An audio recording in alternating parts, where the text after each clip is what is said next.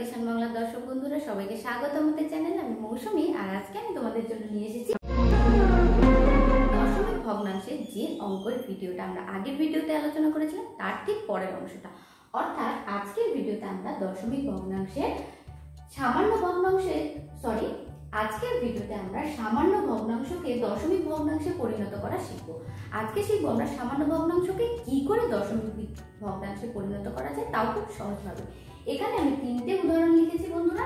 প্রথমে আছে 10 ভাগের 5 ভাগ বা 10 ভাগের 5 অংশ, পরেরটাতে আছে 100 ভাগের 6 ভাগ অর্থাৎ 100 ভাগের 6 অংশ, তারপরে আছে 1000 ভাগের 9 ভাগ বা 1000 ভাগের 9 অংশ। এটাকে দশমিক ভগ্নাংশে পরিণত করার জন্য আমি তোমাদেরকে দুটোর পদ্ধতি দেখাবো। প্রথমটা হচ্ছে খুব সহজ, যেটা মুখে মুখেই হয়ে যাবে, আর আরেকটা হচ্ছে যেটা একটু যারা একটু বুঝতে অসুবিধা হয়, যারা একটু কনফিউজ থাকো তারা সেটা করতে পারো। এটা কিন্তু অপশনাল, দুটোই তোমরা শিখে রাখো, যেটা তোমাদের সহজ মনে হয় তোমরা সেটা করতে পারো। প্রথমে আছে দশমিক ভগ্নাংশকে সামান্য ভগ্নাংশতে পরিণত করার জন্য সবার আগে শূন্যের হিসাবটা কিন্তু আমাদের মনে রাখতে হবে। অর্থাৎ 10 ভাগের 5 ভাগকে যদি আমি দশমিক ভগ্নাংশে লিখি তখন দেখতে হবে যে এখানে শূন্যের সংখ্যা কটা আছে। এখানে আছে একটা শূন্য, তাই দশমিকের পরে দেখো একটা শূন্য আছে, তাই কি দশমিকের পরে ওপরের যে সংখ্যা আমরা সবাই জানি যে 100, 1000, 10 এই সমস্ত সংখ্যা দিয়ে যদি আমরা কোনো সংখ্যাকে ভাগ করি তাহলে কিন্তু ভাগফল সেই সংখ্যাটাই হবে, ঠিক আছে? কারণ 10 দিয়ে যদি 5কে, এবার আমি তোমাদেরকে আরেকটা পদ্ধতি দেখাচ্ছি যে এটা এরকম কেন হলো। যদি 5 দিয়ে আমি 10 দিয়ে যদি 5কে ভাগ করি তাহলে দেখো বন্ধুরা, প্রথমে আমি দশমিক দিয়ে একটা শূন্য নিয়ে আসবো, ঠিক আছে? শূন্য নিয়ে আসলে এবার যদি আমি 5 বার দিই তাহলে হচ্ছে 50। কি ভাগফলটা দেখো তো 0.5 হলো কি না, কি তাই তো? এটা হচ্ছে জটিল পদ্ধতি, কিন্তু এটা হচ্ছে সহজ পদ্ধতি। যেহেতু এখানে একটা শূন্য আছে, তাই দশমিকের পরে এক ঘর, মানে দশমিকের পরে 5কে বসিয়ে দিলে আমাদের দশমিক ভগ্নাংশ চলে আসবে। পরের অঙ্কটা দেখো, পরেরটা আছে 100 ভাগের 6 অংশ বা 100 ভাগের 6 ভাগ। দশমিক বিন্দুর পরে কটা শূন্য? এখানে দেখো দুটো শূন্য আছে, তাহলে দুটো শূন্যের জন্য প্রথমে একটা শূন্য বসবে, তারপরে বসবে 6, কিন্তু 6 একা আছে, তাই 0.06। এটা হবে দশমিক ভগ্নাংশ। এটাকে যদি আমি তোমাদেরকে ভাগ মাধ্যমে দেখাই, দেখো দেখে নাও কিভাবে হবে। উপরে 6, নিচে 100, যেহেতু দুটো সংখ্যা আছে 6, দশমিক দিয়ে একটা শূন্য আনলাম, তাতেও কিন্তু দশমিক দিয়ে একটা শূন্য আনলাম, এখানে হচ্ছে 7, এখানে আছে 100, আমার আরো একটা শূন্যের দরকার, তাহলে কি শূন্য দিয়ে আরেকটা শূন্য, 6 বার দিলে 600। দেখো আমি যেটা লিখেছিলাম সেটাই কিন্তু আসলো 0.06, ঠিক আছে? এবার পরের অঙ্কটাতে আছে কটা শূন্য? 1, 2, 3। দশমিকের পরে 1, 2, 3 যেগুলো আছে, তাহলে 1, 2 দুটো শূন্য বসাতে হবে, ঠিক আছে? এখানে দশমিকের পরে 2 ঘর, এখানে দশমিকের পরে দেখো বন্ধুরা 1, 2, 3 ঘর আছে, 1, 2 দুটো শূন্য এবং 9 নিয়ে হয়ে গেল, ঠিক আছে? গুনে গুনে এই জিনিসটা কিন্তু মনে রাখতে হবে যে যেহেতু 10 আছে, দশমিকের এই যে 10 আছে, একটা শূন্য, দশমিকের পরে 1 ঘর, 2 আছে, দশমিকের পরে 2 ঘর, 3টে সংখ্যা আছে, দশমিকের পরে 3 ঘর। এটাকেও যদি ভাগ করি ঠিক একই রকম ভাবে কিন্তু ভাগফলটা আসবে। আর এক দুটো উদাহরণ দেখাচ্ছি, তোমাদের এই কনসেপ্টটাও কিন্তু ক্লিয়ার হয়ে যাবে। আর কয়েকটা উদাহরণ নিয়ে আলোচনা করবো। দেখো এখানে কি আছে 100 ভাগের 20। এখানে দশমিক দেখো বন্ধুরা, একের পরে কয়টা শূন্য আছে? একের পরে আছে দুটো। হরের শূন্যের সংখ্যাটা কিন্তু অবশ্যই মনে রাখতে হবে। আগের অঙ্কে যেটা আমি দেখাইনি সেটা তোমরা মনে রাখবে, যে যখন আমরা দশমিক ভগ্নাংশ থেকে দশমিক ভগ্নাংশে নিয়ে আসবো, তখন দশমিক সংখ্যায় নিয়ে আসবো, তখন কিন্তু দশমিকের আগে যদি কোনো সংখ্যা না থাকে তাহলে অবশ্যই তোমরা একটা শূন্য বসিয়ে নেবে, ঠিক আছে? এটা এখন না দেখালেও চলবে, কিন্তু যখন লিখবে তখন কিন্তু এইভাবে লিখবে। আমি পরে দেখাচ্ছি তোমাদের। এখানে হচ্ছে 2, কেন দশমিক 2 হবে? 100 দিয়ে যদি এটাকে আমি ভাগ করতে, এবার তোমরা অনেকে বলতেই পারো যে এখানে তো দুটি শূন্য আছে, তাহলে সংখ্যা দুটি হওয়া উচিত।